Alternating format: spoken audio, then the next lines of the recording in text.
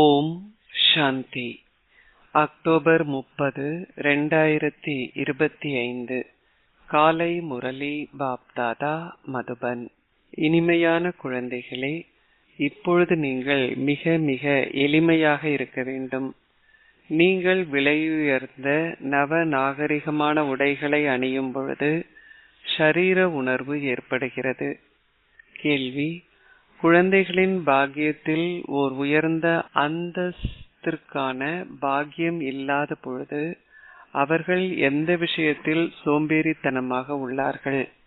பதில்: பாபா கூறுகின்றார், குழந்தைகளே, உங்களை சீர்திருத்துவதற்கு உங்கள் அட்டவணையை வைத்திருங்கள். உங்கள் நினைவு அட்டவணையை வைத்திருப்பதில் பெருமளவு நன்மை உள்ளது. உங்களுடன் எப்பொழுதும் ஒரு குறிப்பு புத்தகத்தையும் வைத்திருங்கள். நீங்கள் தந்தையின் நினைவில் எந்த அளவு நேரம் இருந்தீர்கள் என சோதியுங்கள். உங்கள் பதிவேடு எவ்வாறு உள்ளது? உங்கள் நடத்தை தெய்வீகமானதாக உள்ளதா? அனைத்தையும் செய்யும் பொழுதும் நீங்கள் பாபாவின் நினைவில் இருக்கின்றீர்களா? நீங்கள் நினைவில் இருந்தால் மாத்திரமே உங்கள் துரு அகற்றப்பட்டு உங்கள் பாக்கியம் மேன்மையானதாக ஆக முடியும். பாடல்: கள்ளம் கபடமற்ற பிரபுவை போன்று தனித்துவமானவர் எவருமில்லை. ஓம் சாந்தி. இனிமையிலும் இனிமையான ஆன்மீக குழந்தைகளாகிய நீங்கள் நிச்சயமாக உங்கள் வீடுகளில் லக்ஷ்மி நாராயணனின் படத்தை வைத்திருக்க வேண்டும். அதனை பார்க்கும் பொழுது நீங்கள் பெரும் சந்தோஷத்தை அனுபவம் செய்கிறீர்கள். ஏனெனில் இதுவே கல்வியின் இலக்கும் லட்சியமும் ஆகும். நீங்கள் மாணவர்கள் என்பதையும் கடவுளே உங்களுக்கு கற்பிக்கின்றார் என்பதையும் அறிவீர்கள். நீங்கள் இறை மாணவர்கள். நீங்கள் இக்கல்வியை கற்கின்றீர்கள். அனைவரது இலக்கும் ஒன்றே ஆகும். இந்த படத்தை பார்க்கும் பொழுது அதிக அளவு சந்தோஷம் இருக்கட்டும். குழந்தைகளாகிய நீங்கள் பாடலை கேட்டீர்கள். அவர் கள்ளம் கபடமற்ற பிரபு. சிலர் சங்கரை கள்ளம் கபடமற்ற பிரபு என கருதுகிறார்கள். அவர்கள் சிவனையும் சங்கரரையும் ஒன்றாக கலந்துள்ளார்கள். சிவன் அதி மேலான கடவுள் என்பதையும் சங்கரர் ஒரு தேவர் என்பதையும் நீங்கள் இப்பொழுது அறிவீர்கள். எனவே அவர்கள் இருவரும் எவ்வாறு ஒருவராக இருக்க முடியும்? அவர் பக்தர்களை காப்பாற்றுவார் என்பதை நீங்கள் பாடலிலும் கேட்டீர்கள். பக்தர்கள் நிச்சயமாக அனர்த்தங்களை அனுபவம் செய்கிறார்கள். அனைவருக்கும் 5 விகாரங்கள் என்ற அனர்த்தங்கள் உள்ளன. அனைவரும் பக்தர்களே. எவரையும் ஞானம் நிறைந்த ஆத்மா என அழைக்க முடியாது. சிவனும் சங்கரரும் வேறுபட்டவர்கள். அதே போன்று ஞானமும் பக்தியும் முற்றிலும் வேறுபட்டவை. நீங்கள் ஒருமுறை ஞானத்தை பெற்றதும் பக்தி இருப்பதில்லை. நீங்கள் சந்தோஷதாமத்தின் அதிபதிகள் ஆகின்றீர்கள். நீங்கள் அரை கல்பத்திற்கு சத்கதியை பெறுகின்றீர்கள். ஒரே ஒரு சிக்னலில் நீங்கள் அரை கல்பத்திற்கான உங்கள் ஆஸ்தியை பெறுகின்றீர்கள். பக்தர்களுக்கு எவ்வளவு சிரமங்கள் உள்ளன என்பதை நீங்கள் பார்க்க முடியும். இந்த ஞானத்தின் மூலம் நீங்கள் தேவர்கள் ஆகின்றீர்கள்.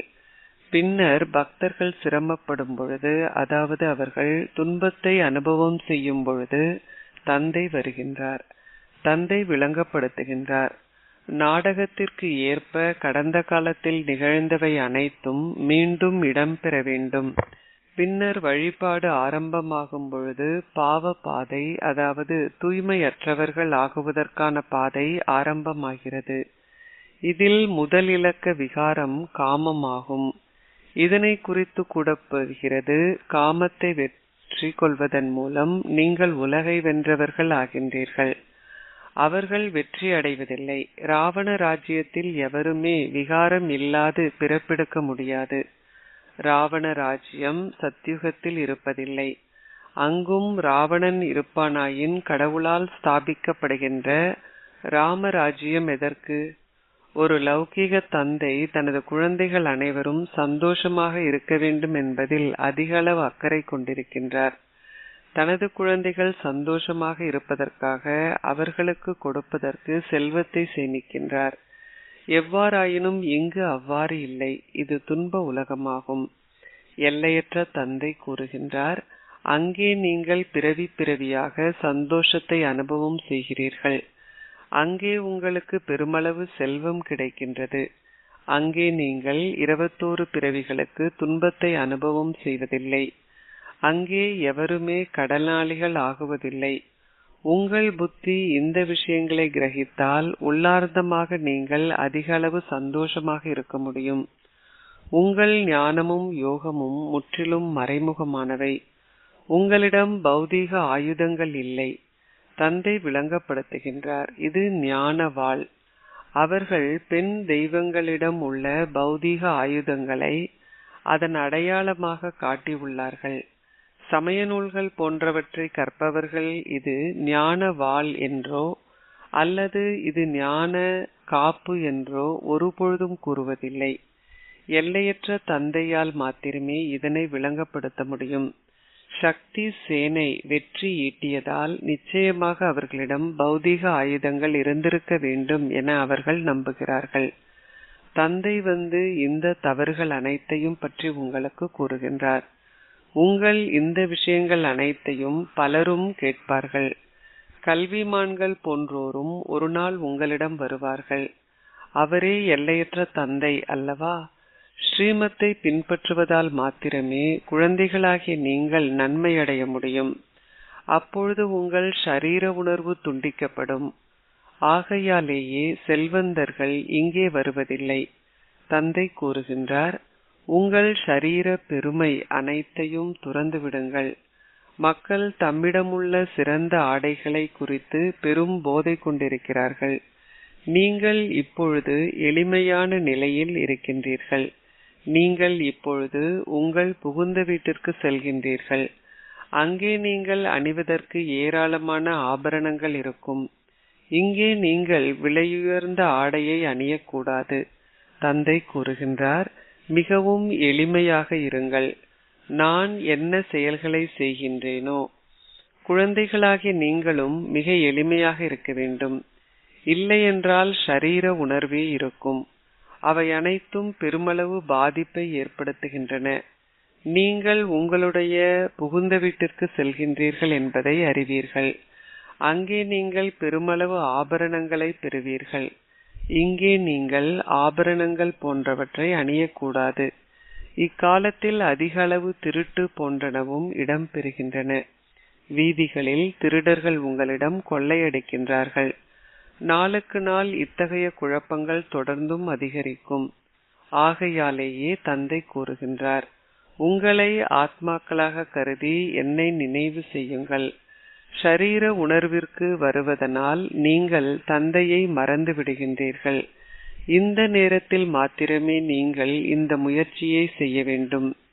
பின்னர் பக்தி மார்க்கத்தில் நீங்கள் இந்த முயற்சியை செய்ய வேண்டிய அவசியமில்லை.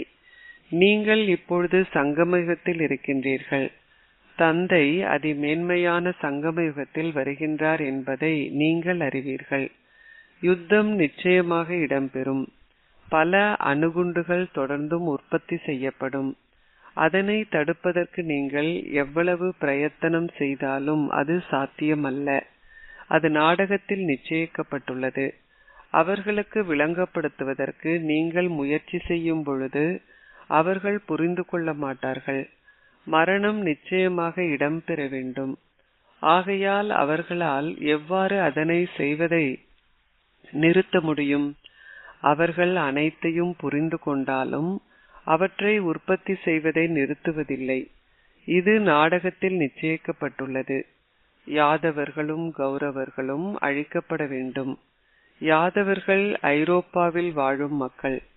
விநாசம் இடம்பெற காரணமாக உள்ள தமது விஞ்ஞானத்தை குறித்து அவர்கள் பெருமை கொண்டுள்ளார்கள். பின்னர் மௌனத்தின் பெருமையின் மூலம் வெற்றி உள்ளது.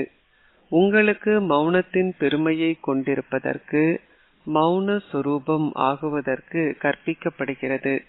தந்தையை நினைவு செய்யுங்கள். மயான அமைதி. ஆத்மாவாகிய நான் இந்த ஷரீரத்திலிருந்து விடுபட்டுள்ளேன். நாங்கள் செய்வதைப் போன்று தனது ஷரீரத்தை விட்டு நீங்குவதற்கு வேறு எவராயினும் முயற்சி செய்கின்றார்களா? உலகம் முழுவதும் சென்று தேடிப் பாருங்கள். ஓ ஆத்மா, நான் இப்பொழுது இந்த சரீரத்தை விட்டு நீங்க வேண்டும் என்று கூறுகின்ற வேறு எவராவது இருக்கின்றார்களா? தூய்மையாகுங்கள். அவ்வாறு இல்லாது விட்டால் தண்டனை அனுபவம் செய்யப்படும். தண்டனையை அனுபவம் செய்பவர் யார்? ஆத்மாக்களே. அந்நேரத்தில் தாம் செய்துள்ள பாவங்களினதும் அந்த பாவங்களுக்காக தாங்கள் பெற்றுள்ள தண்டனைகளினதும் காட்சிகளை ஆத்மாக்கள் பெறுகின்றனர். அத்தகைய நேரத்தில் பல பிறவிகளின் பாவங்களுக்கான தண்டனையை தான் பெறுவதைப் போன்று அந்த ஆத்மா உணர்கின்றார்.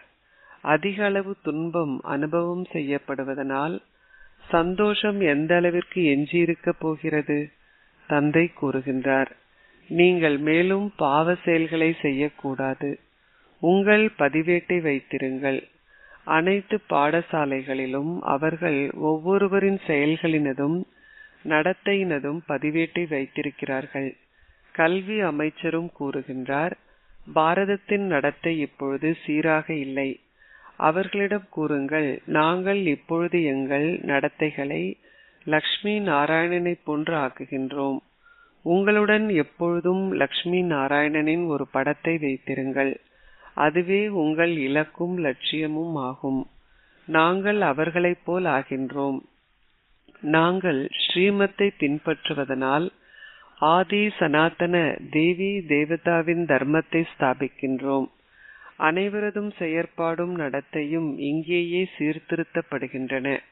இங்கே நீங்கள் ஒரு நீதிமன்றத்தையும் கூட்டுகின்றீர்கள். சகல நிலையங்களில் உள்ள குழந்தைகளும் ஒரு நீதிமன்றத்தை கூட்ட வேண்டும். அவர்களிடம் கூறுங்கள், ஒவ்வொரு நாளும் உங்கள் அட்டவணையை வைத்திருப்பதனால் உங்களை சீர்திருத்த முடியும். அது அவரின் பாக்கியத்தில் இல்லாதிருந்தால் அவர் சோம்பலடைகின்றார். உங்கள் அட்டவணையை வைத்திருப்பது மிகவும் நல்லது. இந்த 84 பிறவி சக்கரத்தை அறிந்து கொள்வதனால் நீங்கள் பூலோக ஆட்சியாளர்கள் ஆகின்றீர்கள் என்பதை புரிந்து கொள்கிறீர்கள். இது மிகவும் இலகுவானது. எவ்வாறாயினும் நீங்களும் தூய்மையாக வேண்டும். உங்கள் நினைவு யாத்திரையின் அட்டவணையையும் நீங்கள் வைத்திருக்க வேண்டும். இதனை செய்வதனால் நீங்கள் பெருமளவு நன்மை அடைவீர்கள். நீங்கள் அதனை குறித்து வைக்காது விட்டால் நீங்கள் பாபாவை நினைவு செய்யவில்லை என்பது அப்பொழுது புரிந்து கொள்ளப்படுகிறது. நீங்கள் உங்களுடன் எப்பொழுதும் குறிப்பு புத்தகத்தை வைத்திருக்க வேண்டும். உங்கள் அட்டவணையை நீங்கள் பேண வேண்டும். நான் எவ்வளவு நேரம் தந்தையை நினைவு செய்தேன். நீங்கள் நினைவு செய்யும் வரை உங்கள் துருவை அகற்ற முடியாது. ஒன்றிலிருந்து துருவை அகற்றுவதற்கு அந்த பொருள் மெழுகில் இடப்படுகிறது. அனைத்தையும் செய்யும் பொழுதும் நீங்கள் தந்தையை நினைவு செய்தால் உங்கள் முயற்சிக்கான பலனை பெறுவீர்கள். அதற்கு முயற்சி தேவை. நீங்கள் வெறுமனே முடிசூடிக் கொள்ள முடியாது. பாபா உங்களுக்கு அத்தகைய உயர்ந்த அந்தஸ்தை கொடுக்கின்றார். ஆகையால் சில முயற்சிகள் செய்யப்பட வேண்டும். இங்கு நீங்கள் கைகள் கால்கள் போன்றவற்றை பயன்படுத்த வேண்டியதில்லை. இக்கல்வி மிகவும் இலகுவானது. நீங்கள் பிரம்மாவின் மூலமாக சிவ் பாபாவினால் என்னவாக ஆக்கப்படுகின்றீர்கள் என்பதை உங்கள் புத்திகள் அறிந்துள்ளது. நீங்கள் எங்கு சென்றாலும் உங்கள் பேட்சை எப்பொழுதும் உங்களுடன் வைத்திருக்க வேண்டும். அவர்களிடம் கூறுங்கள், உண்மையில் இதுவே எங்கள் லட்சினையாகும், அதாவது கோட் ஆஃப் ஆர்ம்ஸ். பிறருக்கு விளங்கப்படுத்துவதில் பெரும் ராஜரிகம் இருக்க வேண்டும். பெருமளவு இனிமையுடன் விளங்கப்படுத்துங்கள். லட்சினையை விளங்கப்படுத்துங்கள். அன்பான புத்தி என்றால் என்ன, அன்பற்ற புத்தி என்றால் என்ன என்பதையும் விளங்கப்படுத்துங்கள். உங்களுக்கு தந்தையை தெரியுமா? உங்கள் லௌகீக தந்தையை நீங்கள் கடவுளென அழைக்க மாட்டீர்கள். எல்லையற்ற தந்தையே தூய்மையாக்குபவரும் சதா சந்தோஷ கடலும் ஆவார். அவர் மூலமே நீங்கள் அபரிதமான சந்தோஷத்தை பெறுகின்றீர்கள். அறியாமை பாதையில் அவர்கள் தமது தாயும் தந்தையுமே தமக்கு சந்தோஷத்தை கொடுப்பதாக நம்புகிறார்கள். பின்னர் அவர்கள் புகுந்த வீட்டிற்கு அனுப்ப வைக்கப்படுகிறார்கள். உங்களுடையது எல்லையற்ற புகுந்த வீடு. இதுவோ எல்லைக்கு உட்பட்டது. ஒருவேளை அந்த தாயும் தந்தையும் உங்களுக்கு 5 முதல் 7 மில்லியன் அல்லது பில்லியன்களை கொடுக்கக்கூடும். தந்தை உங்களுக்கு கொடுத்துள்ள பெயர் பற்பல மடங்கு கோடீஸ்வரர்கள் ஆகின்ற குழந்தைகள். இங்கே செல்வம் என்ற கேள்விக்கு இடமில்லை. அங்கு நீங்கள் அனைத்தையும் பெறுகின்றீர்கள். அங்கே உள்ள மாளிகைகள் மிகவும் அழகானவை. நீங்கள் பிறவி பிறவியாக மாளிகைகளை பெறுகின்றீர்கள். சுதாமாவின் அதாவது குசேலரின் உதாரணமும் உள்ளது. மக்கள் ஒரு கடிப்பிடி அரிசியை பற்றி கேள்விப்பட்டிருப்பதனால் அவர்கள் இங்கும் அதனை கொண்டு வருகிறார்கள். எவ்வாறாயினும் உங்களால் வெறும் அரிசியை உண்ண முடியாது. எனவே அவர்கள் பல சரக்குகளையும் கொண்டு வருகிறார்கள். அவர்கள் அதனை மிகவும் அன்புடன் கொண்டு வருகிறார்கள். பாபா தமக்கு பிறவி பிறவியாக கொடுப்பார் என அவர்கள் புரிந்து கொள்கிறார்கள். அதனாலேயே அவர் அருள்பவர் என்று அழைக்கப்படுகின்றார். பக்தி மார்க்கத்தில் நீங்கள் கடவுளின் பெயரில் கொடுக்கின்றீர்கள். ஆகையாலேயே குறுகிய காலத்திற்கான பயனை உங்கள் அடுத்த பிறவியில் பெறுகின்றீர்கள். ஒருவர் ஏழைகளுக்கு எதனையேனும் கொடுத்தாலோ அல்லது ஒரு கல்லூரியை ஆரம்பித்தாலோ அந்த தர்மத்தின் பலனாக அவர் தமது அடுத்த பிறவியில் கல்வியை பெறுகின்றார். அவர் யாத்ரீகர்கள் தங்குவதற்கு மடம் ஒன்றை கட்டினால் அங்கே பலரும் தங்கி சந்தோஷத்தை அனுபவம் செய்வதனால் அவர் வாழ்வதற்கு நல்ல வீட்டை பெறுகின்றார். இங்கே இது பிறவி பிறவிக்கான விஷயமாகும். நீங்கள் சிவ் பாபாவிற்கு எதை கொடுத்தாலும் அது உங்களுக்காகவே பயன்படுத்தப்பட உள்ளது என்பதை அறிவீர்கள். சிவ் பாபா தனக்கென எதனையும் வைத்திருப்பதில்லை. அவர் இவரிடம் கூறுகின்றார், உங்களிடம் உள்ள அனைத்தையும் கொடுத்தால் நீங்கள் உலக அதிபதிகள் ஆகுவீர்கள். அவருக்கு விநாசத்தின் காட்சியும் ராஜ்யத்தின் காட்சியும் அருளப்பட்டன. பாபா தன்னை உலக அதிபதி ஆக்குகின்றார் என்று இவர் அதிக அளவு போதை கொண்டிருந்தார். கீதையில் அர்ஜுனருக்கு காட்சி ஒன்று அருளப்பட்டு அவரிடம் கூறப்பட்டதாக எழுதப்பட்டுள்ளது, என்னை நினைவு செய்தால் இவ்வாறு நீங்கள் ஆகுவீர்கள். அவருக்கு விநாசத்தினதும் ராஜ்யத்தினதும் காட்சிகள் அருளப்பட்டன. இவரது சந்தோஷ பாதரசமும் ஆரம்பம் முதல் அதிகரித்தது. இதுவே நாடகத்தின் பாகமாக இருந்தது. எவருக்கும் இந்த பாகியரதத்தை தெரியாது. ஆகையால் குழந்தைகளாகிய நீங்கள் இந்த இலக்கையும் லட்சியத்தையும் உங்கள் புத்தியில் வைத்திருக்க வேண்டும். நாங்கள் இவ்வாறு ஆகின்றோம். நீங்கள் முயற்சி செய்யும் அளவிற்கு ஏற்ப உயர்ந்ததோர் அந்தஸ்தை பெறுவீர்கள். தந்தையை பின்பற்றுங்கள் என்பது நினைவு கூறப்பட்டுள்ளது. அது இந்நேரத்தையே குறிக்கின்றது. எல்லையற்ற தந்தை கூறுகின்றார், நான் உங்களுக்கு கொடுக்கின்ற ஆலோசனையை பின்பற்றுங்கள். இவர் என்ன செய்தார் என்பதையும் நான் உங்களுக்கு கூறுகின்றேன்.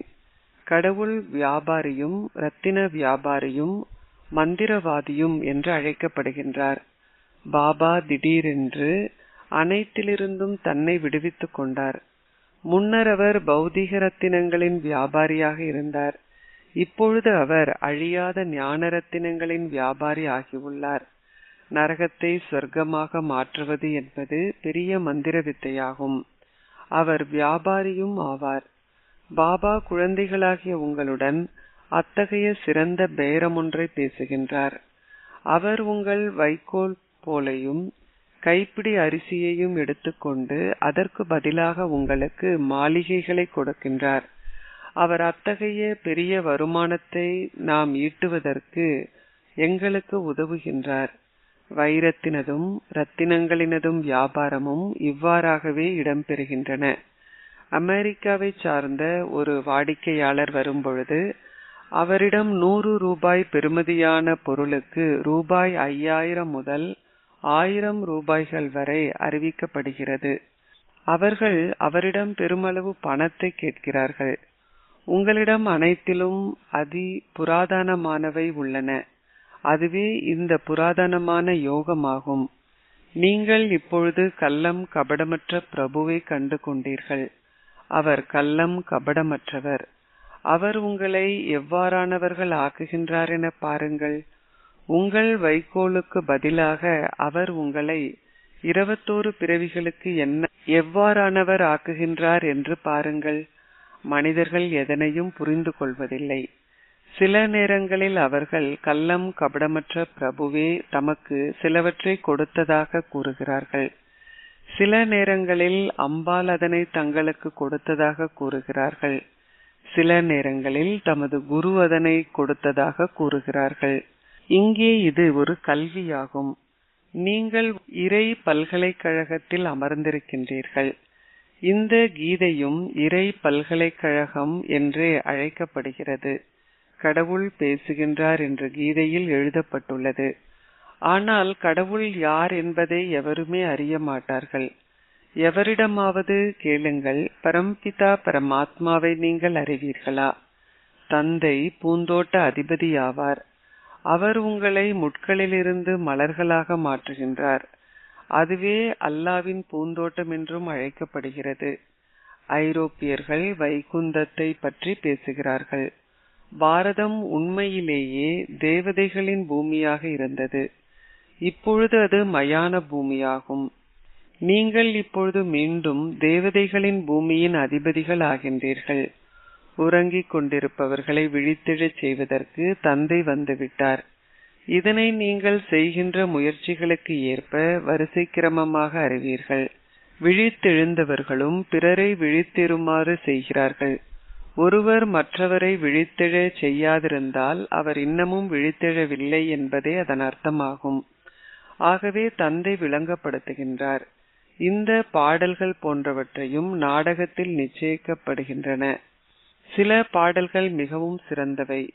நீங்கள் சந்தோஷமற்று இருக்கும் பொழுது இப்பாடல்களை ஒலிக்கச் செய்தால் மிகவும் சந்தோஷமடைவீர்கள்.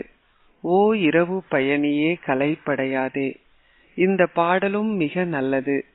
இரவு இப்பொழுது முடிவிற்கு வருகிறது.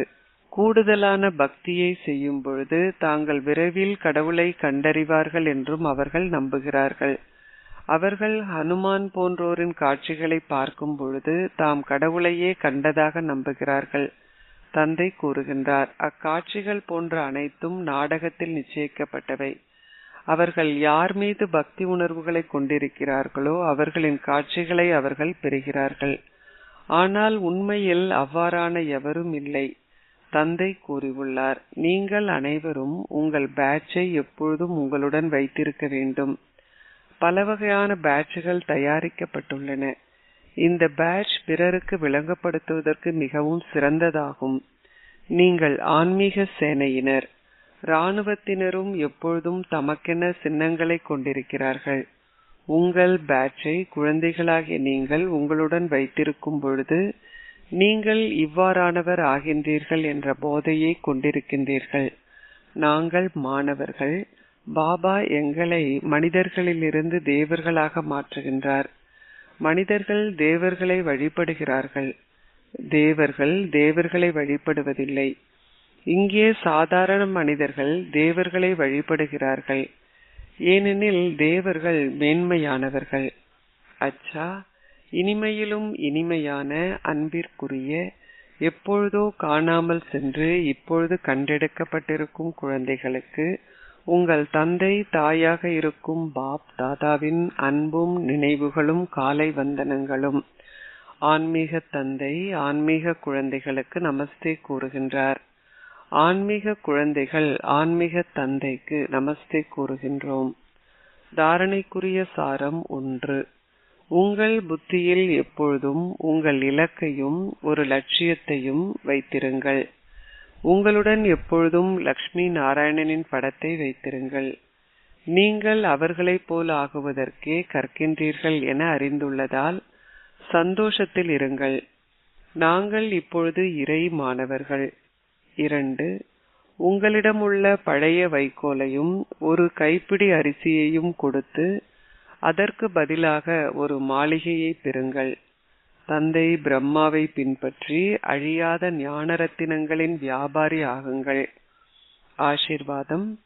நம்பிக்கையின் அடிப்படையில் ஒரு வெற்றி ரத்தினமாக இருப்பதன் மூலம் அனைவருக்கும் மாஸ்டர் ஆதாரம் அருள்பவர் ஆகுவீர்களாக. புத்திகளில் நம்பிக்கையை கொண்டிருக்கின்ற குழந்தைகள் வெற்றியாளர்கள் ஆகுவதால் அவர்கள் சதா சந்தோஷ நடனம் ஆடுகிறார்கள். அவர்கள் தமது வெற்றியை பற்றி பேசுவதில்லை. ஆனால் அவர்கள் வெற்றியாளர்களாக இருப்பதால் அவர்கள் பிறரிடத்தில் தைரியத்தை அதிகரிக்க செய்கிறார்கள். எவருமே தம்மை சிறுமையாக பார்க்க செய்ய அவர்கள் முயல்வதில்லை. ஆனால் அவர்கள் தந்தையை போன்று மாஸ்டர் ஆதாரம் அருள்பவர்கள் ஆகுவார்கள். அதாவது வீழ்ந்திருப்பவர்களை அவர்கள் எழுந்திருக்க செய்வார்கள். அவர்கள் எப்பொழுதும் எந்த ஒரு வீணானவற்றிலிருந்தும் தொலைவிலேயே இருப்பார்கள். வீணானவற்றிலிருந்து அப்பால் இருப்பதென்றால் வெற்றியாளர் ஆகுவது என்று அர்த்தமாகும். அத்தகைய வெற்றியாளர்களான குழந்தைகள் அனைவருக்கும் ஆதாரத்தை அருள்பவர்கள் ஆகின்றார்கள். ஸ்லோகம்: சுயநலமற்றவர்களும் பாவத்திலிருந்து விடுபட்ட ஸ்திதியிலிருந்து சேவை செய்பவர்களுமே வெற்றி சுரூபங்கள் ஆகின்றார்கள். அவ்யக்த இஷாரா: தனக்காகவும் மற்ற அனைவருக்காகவும் உங்கள் மனதின் மூலம் யோக சக்திகளை பரிசோதனை செய்யுங்கள். யோகத்தில் பரிசோதனை செய்வதற்கு உங்கள் பார்வையிலும் மனோபாவத்திலும் தூய்மையை கொண்டிருப்பதை மென்மேலும் கோடிட்டுக் கொள்ளுங்கள்.